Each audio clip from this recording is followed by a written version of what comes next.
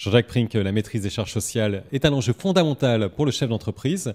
Alors que leur conseillez-vous pour davantage contrôler ces charges? Les charges sociales sont conditionnées par l'activité de l'entreprise. Je m'explique. Si votre activité progresse, que va-t-il se passer? Eh bien, les charges sociales vont suivre la progression de votre activité.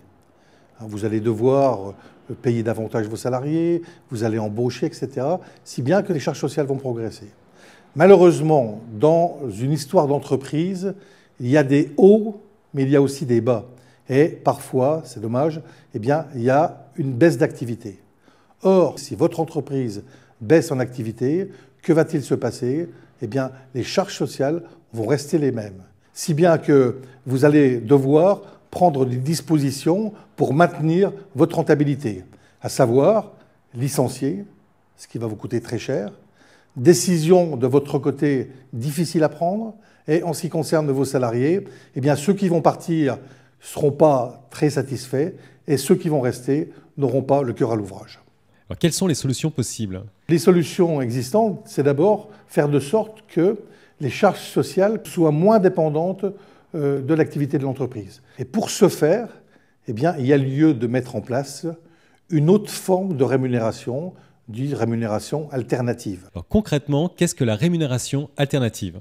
Alors, rémunération alternative, c'est-à-dire que le chef d'entreprise doit mettre en place une rémunération fondée sur la protection sociale, c'est-à-dire la prévoyance, arrêt de travail, décès, invalidité, fondée sur la mutuelle santé, fondée sur la retraite financée par l'entreprise et sur l'épargne salariale, à savoir la participation, l'intéressement, le plan d'épargne d'entreprise et le plan d'épargne retraite collectif. Il y a donc bien 4 choix possibles et vous allez faire votre choix en fonction des conseils qu'on va pouvoir vous apporter d'une part et en fonction aussi de la sensibilité de vos salariés.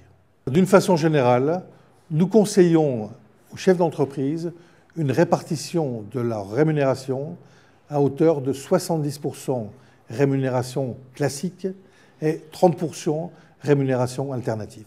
Et ça permet donc de rendre la rémunération plus flexible. Alors, bien sûr, par exemple, si je prends le contrat d'intéressement, le contrat d'intéressement, on va donc fixer des objectifs par rapport à votre rentabilité. Si ces objectifs sont atteints, vous allez pouvoir donner une prime à vos salariés. S'ils ne sont pas atteints, vous ne donnez pas de prime. D'où la flexibilité. Ça va bien au niveau de mon entreprise, je paye. Ça ne va pas, je ne paye pas. Pouvez-vous donner un exemple montrant la différence entre la rémunération classique et la rémunération alternative? Je vais vous donner l'exemple d'un contrat d'intéressement. Vous donnez 100 € à votre salarié. Le salarié va, sur ces 100 €, on va défalquer les charges sociales et l'impôt. C'est-à-dire que globalement, il va lui rester 60 €. Sur 100 €, il lui reste 60 €. Vous, chef d'entreprise, quand vous allez donner 100 €, vous allez dépenser en réalité les charges sociales en plus, 150 €. Vous mettez en place un contrat d'intéressement et vous donnez des primes d'intéressement. Eh bien là, le salarié va recevoir, au lieu de 100 €, il va recevoir 92 €.